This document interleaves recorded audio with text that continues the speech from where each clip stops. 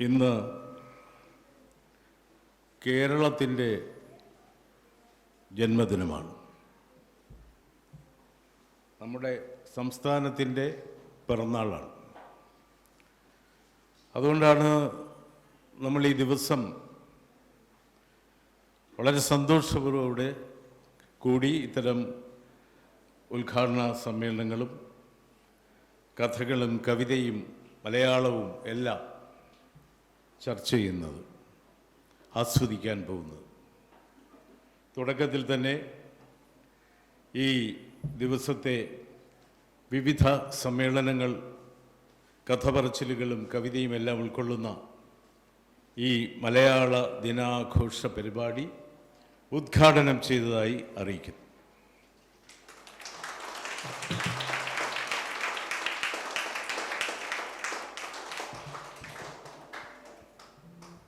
എനിക്കിവിടെ നിന്നുകൊണ്ട് നിങ്ങളെ നോക്കുമ്പോൾ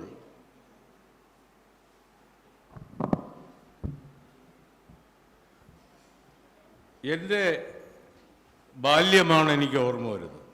ഒരു കാറ്റു വന്നപ്പോൾ, ഒരു മാങ്ങ വീണപ്പോൾ, ഒരുപാട് പിള്ളേര് ഓടിച്ചെന്നു, ഉന്തായി തള്ളായി, തിക്കായി തീരക്കായി, ചക്കര പാമ്പഴം ചപ്പിളി ചളിപ്പിളി,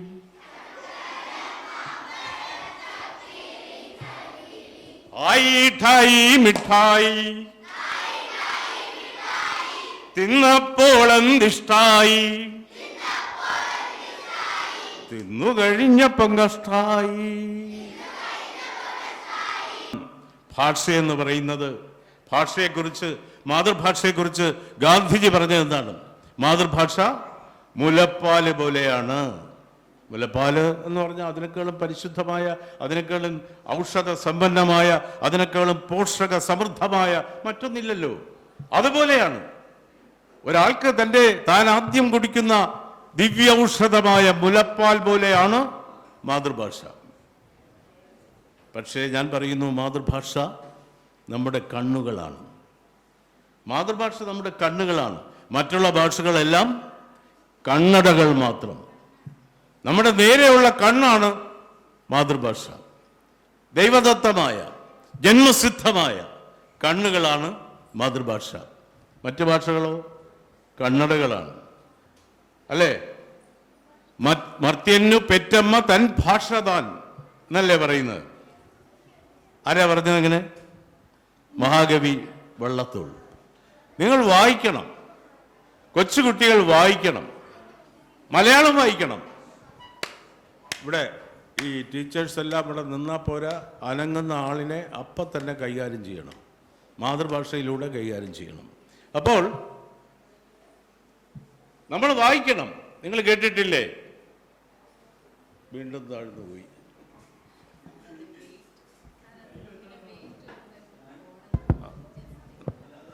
ഇത് ആദ്യത്തെ മൈക്കാണെന്ന് തോന്നുന്നു. ശരി. വലയിൽ വീണ കിളികളാണു നാം. കേട്ടിട്ടില്ലേ? വിൽക്കാൻ വെച്ചിരിക്കുന്ന പക്ഷികൾ എന്ന ഒരു കവിതയാണ്. അനിൽ പനച്ചൂരാൻ, മലയാളത്തിലെ പ്രിയപ്പെട്ട കവി അനിൽ പനച്ചൂരാൻ്റെ കവിതയാണ്. വലയിൽ വീണ കിളികളാണു നാം, ചിറകൊടിഞ്ഞ കിളികളാണു നാം. എന്തുകൊണ്ടാണ് ഞാനത് പറഞ്ഞത്? നമ്മളെല്ലാം ഇപ്പോൾ ഒരു വലയിലാണ്. വലയെന്ന് പറഞ്ഞാൽ നെറ്റ്, നെറ്റെന്ന് പറഞ്ഞാൽ ഇൻ്റർനെറ്റ്, അല്ലേ? നമ്മളെല്ലാം മൊബൈലിലാണ്, എല്ലാവരും മൊബൈലിലാണ്. മരണ വീട്ടിൽ മൂത്ത മകൻ മൊബൈലിലാണ്, രണ്ടാമത്തെ മകൻ മൊബൈലിലാണ്, അവിടെ കർമ്മം ചെയ്താൽ വന്ന കർമ്മിയും മൊബൈലിലാണ്. അപ്പം നമ്മളത് ശരീരത്തിൻ്റെ അവസ്ഥ എന്തായിരിക്കും? വലയിൽ വീണ കിളികളാണു നാം, ചിറകൊടിഞ്ഞ കിളികളാണു നാം. ആ വലയിലാണ് നമ്മൾ വീണിരിക്കുന്നത്. ആ വലയിൽ വീണാൽ നമുക്ക് ഏതു ചിറകാണ് നഷ്ടപ്പെടുന്നത്? ഭാവനയുടെ ചിറക്, അല്ലേ? ഭാവനയുടെ ചിറക്. നമുക്ക് ഈ പറയുന്ന കാര്യങ്ങളെല്ലാം സങ്കല്പിച്ചെടുക്കുവാനും അത് നമ്മുടെ മനസ്സിൽ സൃഷ്ടിക്കുവാനും ആ ദൃശ്യങ്ങൾ നമ്മുടെ ഭാവനയിലൂടെ കാണുവാനും എല്ലാമുള്ള ആ കഴിവിന്റെ ചിറകുകൾ ഒടിഞ്ഞ കിളികളാണു നാം. നമുക്ക് എന്താ വേണ്ടത്? നമ്മൾ വായിക്കണം, അല്ലേ? നമുക്ക് എന്തെല്ലാം വായിക്കാനുണ്ട്. കുമാരനാശാൻ എന്ന് കേട്ടിട്ടില്ലേ? കുമാരനാശാന്റെ വീണപൂവ് കേട്ടിട്ടില്ലേ? വീണപൂവൊക്കെ ഇപ്പൊ വല്ലാത്ത പ്രശ്നത്തിലാണ്. ഹാ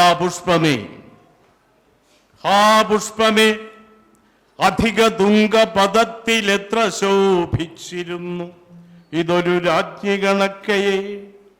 അപ്പൊ ഇതൊക്കെ, ഇത്തരം കവിതകളൊക്കെ നിങ്ങൾ ചൊല്ലി പഠിച്ചാൽ നമുക്ക് ഭാഷാശുദ്ധി വരും, അല്ലേ? പണ്ടൊരുത്തനോട് ചോദിച്ചു രാവിലെ എന്ത് കഴിച്ചെന്ന്. അവൻ പറഞ്ഞു ഫുട്ടും ഫയറും ഫപ്പടവും ഫഴവും കൂടെ കഴിച്ചു. കാകൃത കനകൃതൊക്കെ പഠിച്ചു വരാത്തോണ്ടാണ്. ഹാ പുഷ്പമേ അധിക തുങ്ക പദത്തിൽ എത്ര ശോഭിച്ചിരുന്നിതൊരു രാജ്ഞി കണക്കയെ നീ ശ്രീഭൂവിൽ അസ്ഥിര അസംശയം ഇന്നു നിന്റെ ആ ഭൂതിയെങ്ങ് പുനരെങ്ങു കിടപ്പിതോർത്താൽ. ആലോല വായു ചെറു തൊട്ടിലുമാട്ടി താരാട്ടാലാപമാർന്നു മലരെ ദലമർമരങ്ങൾ. ഇതൊക്കെ ആശാൻ വലിയവർക്ക് വേണ്ടി മുതിർന്നവർക്ക് വേണ്ടി എഴുതിയതാണ്. കുട്ടികൾക്ക് വേണ്ടി എഴുതിയിട്ടുണ്ട്, നിങ്ങൾക്ക് വേണ്ടി എഴുതിയിട്ടുണ്ട്. ഏത് കൃതിയാണ് ആശാൻ കുട്ടികൾക്ക് വേണ്ടി എഴുതിയത്? ഏത് കൃതിയാണ്? ബാലരാമായണം, അല്ലേ? പണ്ടു കോസല രാജ്യത്തിൽ പേരെഴുന്നൊരയോധ്യയിൽ മന്നവന്മാർ വാണിരുന്നു മനുവിൽ തറവാട്ടുകാർ. എത്ര ലളിതമായിട്ടാണ് ആശാൻ എഴുതിയത് നോക്കൂ. ഒന്ന് കൂടെ പാടിയേ. പണ്ടു കോസല രാജ്യത്തിൽ പേരെഴുന്നൊരയോധ്യയിൽ മന്നവന്മാർ വാണിരുന്നു മനുവിൻ തറവാട്ടുകാർ. രാമായണ കഥ മുഴുവൻ കുട്ടികൾക്ക് മനസ്സിലാകുന്ന വിധത്തിൽ അവതരിപ്പിച്ചിരിക്കുകയാണ് ആശാൻ.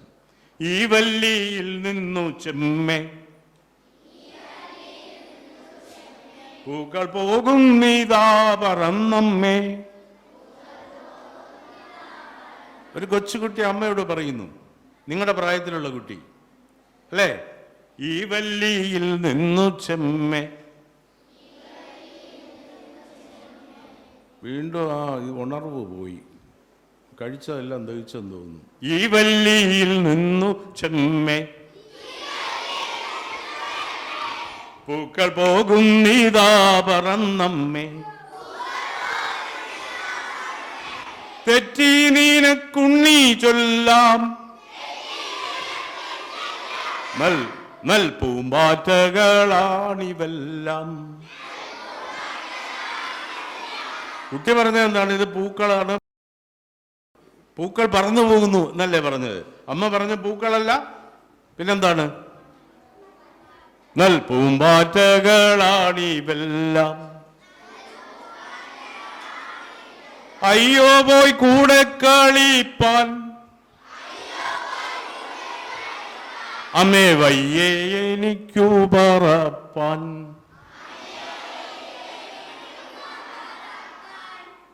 അവയുടെ കൂടെ പോയി എനിക്ക് കളിക്കണമെന്നുണ്ട്, പക്ഷേ പറക്കാൻ കഴിയില്ലല്ലോ. കുട്ടിക്ക് വിഷമമായി, സങ്കടമായി, കണ്ണിലിങ്ങനെ കണ്ണുനീർ മുത്തുകൾ നിറയാൻ തുടങ്ങി.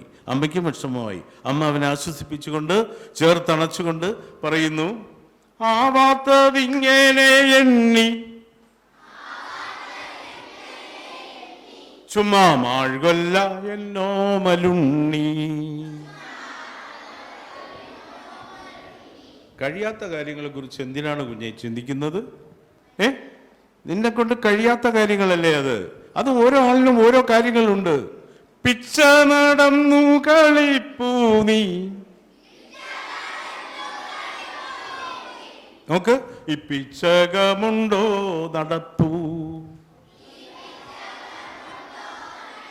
നീ പിച്ച വെച്ച് നടക്കുന്നു, പൂക്കളല്ല പൂമ്പാറ്റകൾ പറന്നു പോകുന്നു. പിച്ചകം നിന്നെ പോലെ നടക്കുന്നില്ല, അവിടെ തന്നെ നിൽക്കുന്നു. കണ്ടില്ലേ? അതുകൊണ്ട് ആവാത്തതിങ്ങനെ എണ്ണി ചുമ്മാ മാഴ്കൊല്ല എന്നോമലുണ്ണി. അപ്പൊ ആ കുഞ്ഞിനൊരു സംശയം, അതിങ്ങനെ ചിന്തിക്കുകയാണ്, ഇമ്മട്ടിയിലായതെന്തെന്നാൽ ഞാനൊരു മതരാം അമ്മ ചൊന്നാൽ. അതറിയണ്ടേ? നമുക്ക് എന്ത് സംശയം തോന്നിയാലും നമ്മൾ ചോദിക്കണം, അല്ലേ? എന്ത് സംശയം തോന്നിയാലും ചോദിക്കണം. എന്നോട് സ്കൂളിൽ പോകുമ്പോൾ എൻ്റെ അച്ഛൻ പറഞ്ഞു വിട്ടത്, മോനെ എന്ത് സംശയം തോന്നിയാലും സാറിനോട് അപ്പം തന്നെ ചോദിക്കണമെന്ന്. അങ്ങനെ ഇരിക്കുമ്പോഴാണ് സാറ് സാരമേയം എന്ന് പറഞ്ഞത്. എന്താ പറഞ്ഞ? സാരമേയം. എന്താണ് സാരമേയത്തിൻ്റെ അർത്ഥം? നിങ്ങൾക്കറിയോ? അറിയോ? സാരമേയം എന്ന് പറഞ്ഞാൽ എന്താണ്? സെക്രട്ടേറിയറ്റ് വെച്ച് ഞാൻ ഇതിനെക്കുറിച്ച് പറഞ്ഞപ്പോൾ ഒരുത്തൻ പറഞ്ഞു എനിക്കറിയാം, കഴുതയെന്ന്. ഞാൻ പറഞ്ഞു നമ്മുടെ പേരൊന്നും ചോദിച്ചില്ലല്ലോ. സാരമേയം എന്താണെന്ന് അറിഞ്ഞുകൂടാത്തതുകൊണ്ട് ഞാൻ ആ സാറിനോട് എഴുന്നേറ്റ് ചോദിച്ചു. കാരണം അച്ഛൻ രാവിലെയും പറഞ്ഞതാണ് സാരമേയത്തിൻ്റെ ഏതിൻ്റെയും അർത്ഥം ചോദിക്കണമെന്ന്. ഞാൻ സാറിനോട് ചോദിച്ചു, സാറെന്താ പറഞ്ഞതെന്നറിയോ? മേലാകവേ ചെല്ലിളകി കിതച്ചും. ഞാൻ പേടിച്ചു പോയി. സ്ഥൂലാസ്ഥി പാർശ്വങ്ങളിൽ ഉയർന്നു നിന്നും കോലായിൽ ഏതാണ്ട് നമസ്കരിച്ച പോലായി കിടപ്പുണ്ട് ഒരു സാരമേയം. ആരാണ്? ആരാണ്? മേലാകവേ ചെള്ള് ഇളകി കിതച്ചും സ്ഥൂലാസ്ഥി പാർശ്വങ്ങളിൽ ഉയർന്നു നിന്നും കോലായിൽ ഏതാണ്ട് നമസ്കരിച്ച പോലായി കിടപ്പുണ്ടൊരു സാരമേയം. ആരാണ്? പട്ടി. മേലാകവേ ചെള്ളിളകി കിതച്ചും സ്ഥൂലാസ്ഥി പാർശ്വങ്ങളിൽ ഉയർന്നു നിന്നും കോലായിൽ. ഇപ്പൊ പട്ടിയില്ലല്ലോ, ഇപ്പോ പട്ടിയുമില്ല, കോലായും ഇല്ല, മുറ്റവും ഇല്ല, ഒന്നുമില്ല. അതുകൊണ്ടാണ് ആ കവി എഴുതിയത്, വലയിൽ വീണ കിളികളാണു നാം, ചിറകൊടിഞ്ഞ കിളികളാണു നാം. അപ്പൊ സംശയം വന്ന അപ്പ ചോദിക്കണം. ഈ കുട്ടി ചോദിക്കുകയാണ്, ഇമ്മട്ടിയിലായതെന്തെന്നാൽ ഞാനൊരു മതരാമമ്മ ചൊന്നാൽ. അമ്മയ്ക്ക് അതിൻ്റെ ഉത്തരം അറിഞ്ഞുകൂടാ. ഉത്തരം അറിയാതെ വരുമ്പോൾ അമ്മമാർ ചെയ്യുന്ന അടി കൊടുക്കും, പോയിരുന്നു പടിയിടാന്ന് പറയും, അല്ലേ? ഉത്തരം അറിയാത്ത വരുമ്പോഴും ദേഷ്യം വരും. പക്ഷെ ഈ അമ്മ പറയുന്നു, കുമാരനാശാൻ സൃഷ്ടിച്ച അമ്മ പറയുന്നു, നാമിങ്ങറിയുവതൽപ്പം, നാമിങ്ങറിയുവതൽപ്പം എല്ലാം ഓമനെ ദൈവസങ്കൽപ്പം.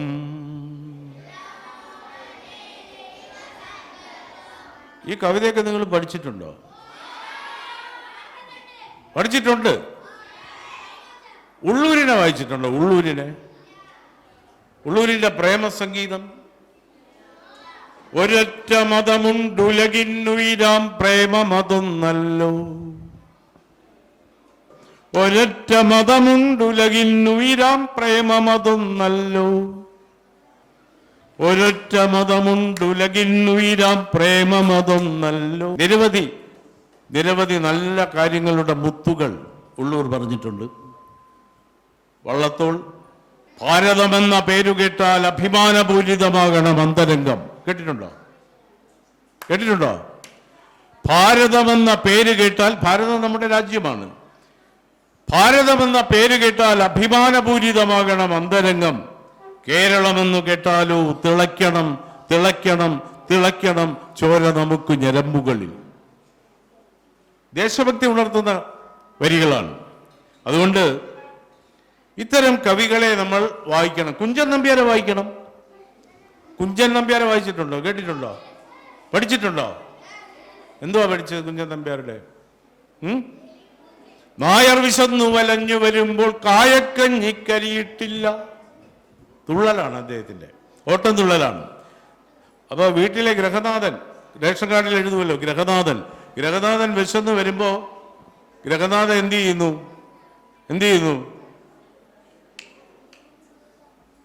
കായക്കഞ്ഞി കരിയിട്ടില്ല, കഞ്ഞിക്ക് അരി പോലും ഇട്ടിട്ടില്ല, ഉച്ചയ്ക്ക് ഒന്നുമില്ല. നായർ വിശന്നു വലഞ്ഞു വരുമ്പോൾ കായക്കഞ്ഞി കരിയിട്ടില്ല. ആയതു കേട്ടു കലമ്പിച്ചെന്തങ്ങായുധമുടനെ കാട്ടിലെറിഞ്ഞു. അയാളുടെ പണിയായുധം ദേഷ്യം വന്ന് കാട്ടിലെറിഞ്ഞു. എന്നിട്ടോ കെട്ടിയ പെണ്ണിനെ മടികൂടാതെ കിട്ടിയ വടി കൊണ്ടൊന്നു കൊടുത്തു.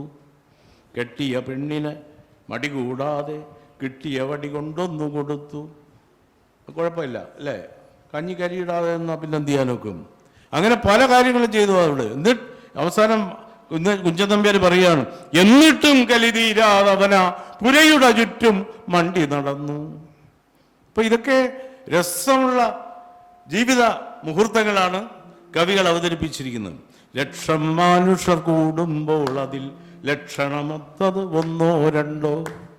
ലക്ഷം പേര് കൂടി നിൽക്കുന്നു. അതിൽ ഓരോരുത്തരായിട്ട് നമ്മൾ നോക്കിയാൽ ഓരോരുത്തർക്കും ഓരോ കുഴപ്പം, ഓരോരുത്തർക്കും ഓരോ കുഴപ്പം.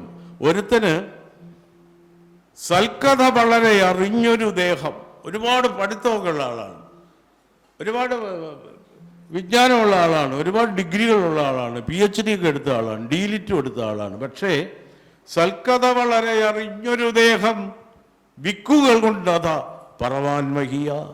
വിക്ക് കാരണം പറയാൻ പറ്റുന്നില്ല. വിക്കുള്ളവരെ കണ്ടിട്ടില്ലേ? അവർക്ക് പറയാൻ പറ്റുന്നില്ല. കുഞ്ചൻ നമ്പ്യാർ പറയുന്നു, കംസൻ കിക്കി കൃഷ്ണൻ പൂതന എന്നാം കഥയിൽ. അപ്പോ ഇങ്ങനെ രസമുള്ള കവിതകൾ എഴുതിയ ആളാണ് കുഞ്ചൻ നമ്പ്യാർ. ആശാനക്ഷരമൊന്നു വിഴച്ചാൽ, നമ്മൾ പഠിപ്പിക്കുന്ന ആശാനില്ലേ, നമ്മുടെ അധ്യാപകർ, അവർ വളരെ ശ്രദ്ധിക്കണമെന്നാണ് നമ്പ്യാർ പറയുന്നത്. കാരണം ഈ പഠിപ്പിക്കുന്ന ആളിന്, ആശാനക്ഷരമൊന്നു പിഴച്ചാൽ 51 പിഴയ്ക്കും ശിഷ്യന്. തമ്പ്രാനൽപ്പം കട്ടുഭുജിച്ചാൽ അമ്പലവാസികളൊക്കെ കക്കും. കയ്യിലിരിക്കും കനകമുപേക്ഷിച്ച് ഈയം തേടി നടപ്പവരുണ്ട്. എത്ര ജീവിത മൂല്യങ്ങളെ ഉയർത്തുന്ന വരികളാണ്. നമ്മുടെ കയ്യിലുള്ളതിനെ നമ്മൾ അറിയുന്നില്ല. ഇടയ്ക്ക് മോഹൻലാലാണോ പറഞ്ഞത്, സ്വർണം വീട്ടിൽ വെച്ചിട്ട് എന്തിനാ റോഡിൽ തെണ്ടി നടക്കുന്നു എന്നൊക്കെ പറഞ്ഞത് അല്ലേ? സ്വർണം വീട്ടിലുണ്ട്, എടുത്ത് പണയം വയ്ക്കാനാണ് പറയുന്നത്.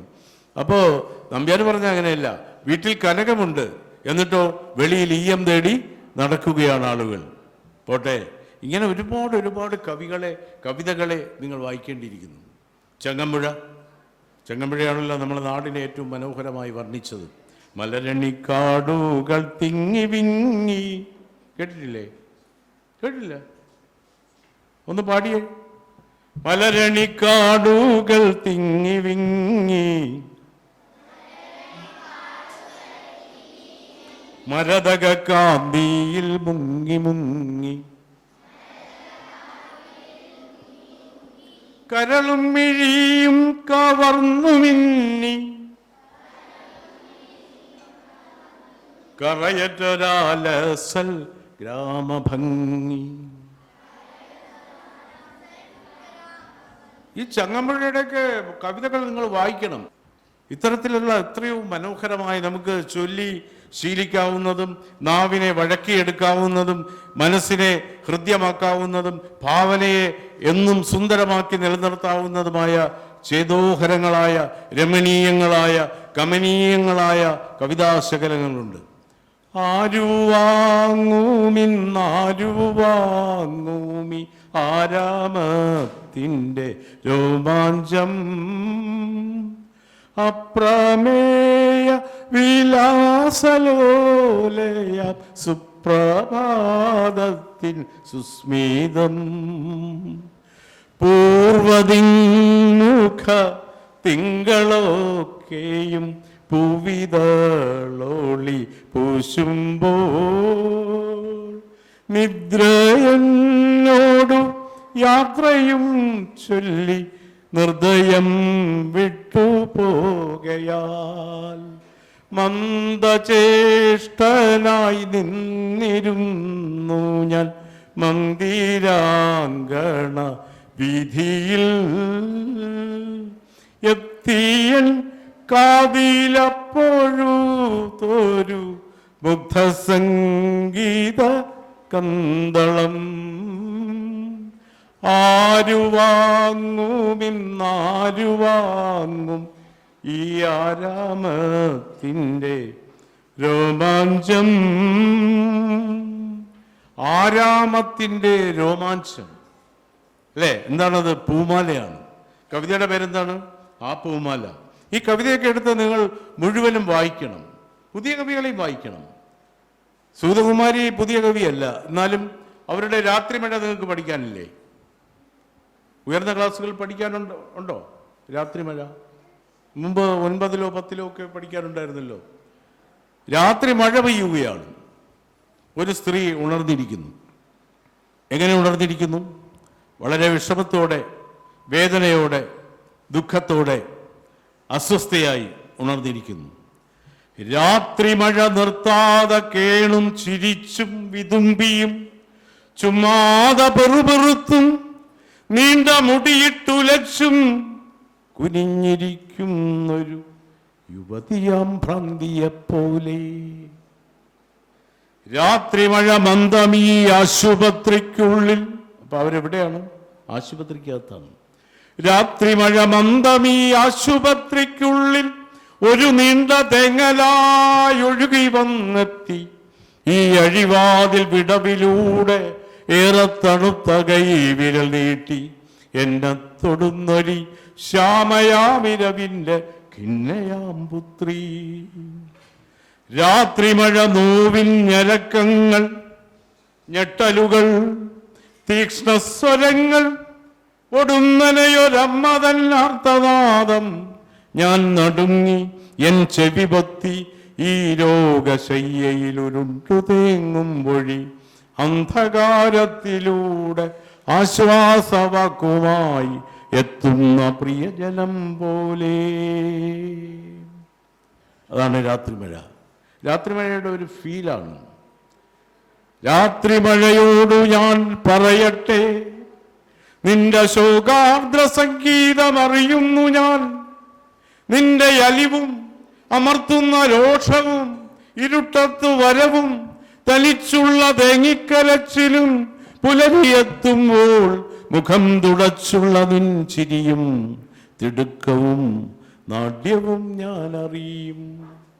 അറിയുന്നതെന്തുകൊണ്ടെന്നോ സഖി, അറിയുന്നതെന്തുകൊണ്ടെന്നോ സഖി, ഞാനും ഇതുപോലെ രാത്രിമഴ പോലെ. രാത്രിമഴ നിങ്ങൾ പഠിക്കണം, കാണാതെ പഠിക്കണം. ആ വിധത്തിലുള്ള കഥകളുണ്ട്. ബഷീറിൻ്റെ പൂവമ്പഴം എന്നൊരു കഥയുണ്ട്. നമുക്കിവിടെ ലൈബ്രറി ഇല്ലേ? ലൈബ്രറിയിൽ ഇത്തരം പുസ്തകങ്ങളുണ്ട്. അവിടെ പോയിട്ട് ആ പുസ്തകങ്ങളെടുത്ത് ഇത്തരം കഥകളെടുത്ത് വായിക്കണം. പൂവമ്പഴം എന്ന കഥ. അതുപോലെ കേശവദേവിൻ്റെ കൂൾ ഡ്രിങ്ക് എന്നൊരു കഥയുണ്ട്. ഒരു കൊച്ചു പെൺകുട്ടി, ജാനു എന്ന് പറയുന്ന പെൺകുട്ടി, പാല് വിൽക്കാൻ വേണ്ടി സിറ്റിയിൽ വരികയാണ്, നഗരത്തിൽ വരികയാണ്. പാല് വിൽക്കാൻ വേണ്ടി നഗരത്തിൽ വരികയാണ്. നഗരത്തിൽ വരുന്ന കുട്ടി ഇങ്ങനെ പാലെല്ലാം വിറ്റ് വെയിലത്ത് തളർന്ന് ക്ഷീണിച്ച് അങ്ങനെ നടന്നു വരുമ്പോൾ ഒരു സ്ഥലത്ത് കൂൾ ഡ്രിങ്ക്സ് വിൽക്കുന്നു, സർബത്ത് കൊടുക്കുന്നു. സർബത്ത്, കൂൾ ഡ്രിങ്ക് അത് അയാൾ പ്രിപ്പയർ ചെയ്യുന്നു, ഗ്ലാസ്സിലൊഴിക്കുന്നു, അതിൻ്റെ മറ്റ് പാനീയങ്ങളെല്ലാം ചേർക്കുന്നു, സ്പൂണിട്ട് ഇളക്കുന്നു, നിറച്ച ആളുകൾക്ക് കൊടുക്കുന്നു, ആളുകൾ വാങ്ങി കുടിക്കുന്നു, പൈസ കൊടുക്കുന്നു, പോകുന്നു. ഈ കുട്ടിക്ക് വലിയ വലിയ കൗതുകമായി. അതിന് നല്ലാത്ത ദാഹം, അതിന് ആ കൂൾ ഡ്രിങ്ക് മേടിച്ച് കുടിക്കണമെന്നുണ്ട്. അത് അടുത്ത് ചെന്നും ഇങ്ങനെ നോക്കി നിൽക്കുകയാണ്. അപ്പോൾ കുറച്ച് കഴിഞ്ഞാൽ ചോദിച്ചു, ഈ കൂൾ ഡ്രിങ്കിന് എന്താണ് വില? അയാൾ പറഞ്ഞു 6 അണ. അയാൾക്ക് സമയമില്ല, അയാൾ ഇങ്ങനെ വരുന്നവർക്കെല്ലാം ഒഴിച്ച് കൊടുത്തുകൊണ്ടിരിക്കുകയാണ്. 6 അണയാണെന്ന് പറഞ്ഞു. അവൾ തപ്പി നോക്കി, പാല് വിറ്റതിൽ ആകെ 6 അണയാണ് കിട്ടിയത്. അന്നത്തെ കാലം, അണയുള്ള കാലം, പൈസ അല്ല, അണയാണ്. 6 അണയാണ് ആകെ കിട്ടിയത്. അതെടുത്ത് ഇയാൾക്ക് കൊടുത്ത് കൂൾ ഡ്രിങ്ക് വാങ്ങിച്ച് കുടിച്ചിട്ട് പോയാൽ വീട്ടിൽ ചെന്നാൽ അമ്മ വഴക്ക് പറയും. ആ കുട്ടി മാറി നിന്ന് ഇങ്ങനെ നോക്കുകയാണ്, മാറി നിന്ന് നോക്കുന്നു. അതിന് കൂൾ ഡ്രിങ്ക് കുടിക്കണമെന്നുണ്ട്. ഒരുപാട് പേര് വന്ന് വീണ്ടും വീണ്ടും വാങ്ങിച്ച് കുടിക്കുന്നു. അവസാനം അത് ചോദിച്ചു, ഞാനൊരു 4 അണ തരാം, എനിക്കൊരു ഫുൾ കൂൾ ഡ്രിങ്ക് തരാമോ? അയാൾ പറഞ്ഞു 4 പകുതി കൂൾ ഡ്രിങ്ക് തരും, അത്രയേ ഉള്ളൂ. വീണ്ടും അയാൾ വേറെ ആൾക്ക് ഒഴിച്ചു കൊടുക്കുന്നു. അവസാനം അവൾ പറഞ്ഞു, എനിക്ക് ഫുൾ കൂൾ ഡ്രിങ്ക് വേണം, ഞാൻ പൈസ മൊത്തം തരാം. ഫുൾ കൂൾ ഡ്രിങ്ക് അവൾക്ക് ഒഴിച്ചു കൊടുത്തു. അവൾ 6 വെച്ചു കൊടുത്തു. അയാൾ 6 വാങ്ങിച്ച് പെട്ടിയിലിട്ടു. പക്ഷെ അയാൾ ശ്രദ്ധിക്കുന്നുണ്ട്, ഈ കുട്ടിയെ ശ്രദ്ധിക്കുന്നുണ്ട്, ജാനുവിനെ ശ്രദ്ധിക്കുന്നുണ്ട്. ഇതെല്ലാം ഒഴിച്ചു കൊടുക്കുമ്പോൾ അവളുടെ മുഖത്ത് വിരിയുന്ന വിഷാദത്തിൻ്റെ ആ കണികകളെ അയാൾ ശ്രദ്ധിക്കുന്നുണ്ട്. അവൾ 6 കൊടുത്തു, അയാൾ വാങ്ങിച്ച് പെട്ടിയിലിട്ടു. പക്ഷേ അവൾ മാറി നിന്ന് കരയാൻ തുടങ്ങി. വീട്ടിൽ ചെന്നാൽ അമ്മ പൈസ ചോദിച്ചാൽ കൂൾ ഡ്രിങ്ക് വാങ്ങിച്ച് കുടിച്ചെന്ന് പറഞ്ഞാൽ മതിയോ? പെട്ടെന്ന് അയാൾ തിരിച്ച് ആ 6 കൊടുക്കുകയാണ്. നാളെ ഫുൾ പൈസ കൊണ്ടുവരണം കേട്ടോ, ഇന്നത്തേക്ക് പൈസ തരണ്ട. അവൾ പോയി. അങ്ങനെ ദിവസവും അവൾ അവിടെ ചെല്ലും, പൈസ കൊടുക്കും. പക്ഷെ അയാൾ വാങ്ങില്ല.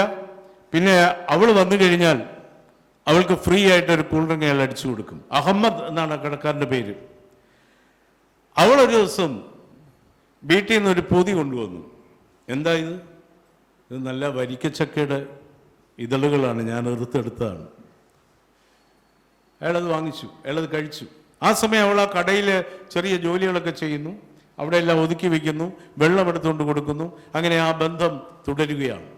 തുടർന്ന് പോകുമ്പോൾ ഒരു ദിവസം അയാൾ പറഞ്ഞു, മോളെ ഞാൻ നാളെ പോകും, വേനൽക്കാലം മാറി, ഇനി മഴക്കാലം വരികയില്ലേ, എനിക്ക് നാട്ടിൽ ഇച്ചിരി കൃഷിയൊക്കെ ഉണ്ട്, അപ്പം ഞാനിനി അടുത്ത വേനലിലേ വരത്തുള്ളൂ കേട്ടോ, ഞാൻ നാളെ പോകും.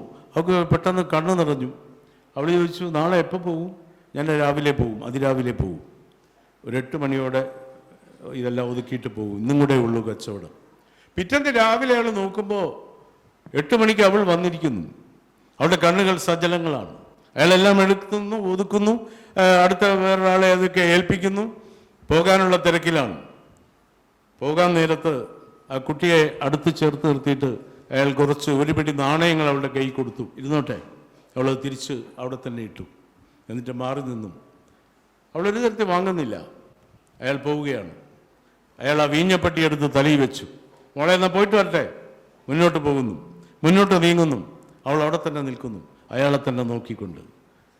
അയാൾ ആ വളവിൻ്റെ മറവിലെത്തി. ആ മറവിൽ നിന്നുകൊണ്ട് അയാൾ ഒരിക്കൽ കൂടെ നോക്കുമ്പോൾ അവൾ അവിടെ തന്നെ അയാളെ നോക്കി നിൽക്കുന്നു. അയാൾ പോയി. ദേവ് എഴുതുന്നു, കേശവദേവ് എഴുതുന്നു, തുടർന്നുള്ള ദിവസങ്ങളിലും അവൾ പാലുമായി നഗരത്തിൽ വരാറുണ്ടായിരുന്നു. അപ്പോഴെല്ലാം അവൾ ആ അഹമ്മദിൻ്റെ ആ പെട്ടിക്കട നിന്ന സ്ഥലത്തിൻ്റെ എതിർവശത്ത് നിൽക്കും, അങ്ങോട്ട് നോക്കി നിൽക്കും, കുറേ നേരം നിൽക്കും, വല്ലാതെ മുഖം വിഷാദഭദ്രമാവും, എന്നിട്ട് പോകുമായിരുന്നു. നോക്കണം, എത്ര സുന്ദരമായ ഹൃദയാവർജകമായ ഒരു കഥ. 2 പേരും തമ്മിൽ 2 സമുദായത്തിൽപ്പെട്ടവരാണ്. ഒരാൾ വലിയ ആളും ഒരാൾ കൊച്ചുകുട്ടിയുമാണ്. പക്ഷെ അവരുടെ ഹൃദയബന്ധങ്ങൾ അത് പുഷ്കലമാകുന്നതും പുഷ്പിതമാകുന്നതും അത് ഇത്രമേൽ രമണീയമാകുന്നതും ഹൃദ്യമാകുന്നതും മാതൃകാസുന്ദരമാകുന്നതും ആ കഥയിലുണ്ട്. ഇത്തരം കഥകൾ നിങ്ങൾ വായിക്കണം. ഞാൻ ചുരുക്കുകയാണ്, കാരണം തുടർന്നുള്ള സെഷൻ ആരംഭിക്കാറായിരിക്കും. ഞാൻ പറഞ്ഞു വന്നത്, വലയിൽ വീണ കിളികളെ പോലെ ആകരുത് നമ്മൾ നെറ്റിൽ പെട്ടുപോകരുത്. നമ്മൾ വായിക്കണം, നമ്മൾ കാണണം, നമ്മൾ സ്നേഹിക്കണം, നമ്മൾ നമ്മുടെ മാതൃഭാഷയെ നെഞ്ചോടണയ്ക്കണം. കാരണം നമ്മൾ ആദ്യമായി കേട്ട ഭാഷയാണ്, അച്ഛൻ അമ്മയെ സ്നേഹിച്ച ഭാഷയാണ്, നമ്മൾ നമ്മുടെ ജ്യേഷ്ഠനോട് കലഹിച്ച ഭാഷയാണ്, നമ്മുടെ കൂടപ്പിറപ്പുകളോട് ഇഷ്ടപ്പെട്ടും അല്ലാതെയും സംസാരിച്ച ഭാഷയാണ്, നമ്മുടെ പ്രാണഭാഷയാണ്. ആ ഭാഷയെ സ്നേഹിച്ചുകൊണ്ട്, നെഞ്ചേറ്റിക്കൊണ്ട്, ആ ഭാഷയെ മനസ്സിൽ താലോലിച്ചുകൊണ്ട് ഇനിയുള്ള ദിവസങ്ങളിൽ നിങ്ങളുടെ ലൈബ്രറിയിൽ പോയി മലയാള ഭാഷയിലെ നിത്യനൂതനങ്ങളായ കവിതകളും കഥകളും നോവലുകളും എല്ലാം ഒരു വാശിയോടെ, ആവേശത്തോടെ, വികാരവായ്പോടെ നിങ്ങൾ വായിക്കണം എന്ന് മാത്രം പറഞ്ഞുകൊണ്ട് ഈ നവംബർ 1 കേരളപ്പിറവി ദിനാഘോഷങ്ങൾ ഉദ്ഘാടനം ചെയ്തതായി ഒരിക്കൽ കൂടി അറിയിച്ചുകൊണ്ട് ഞാൻ എൻ്റെ വാക്കുകൾ ചുരുക്കുന്നു. നിങ്ങൾക്കെൻ്റെ നമസ്കാരം.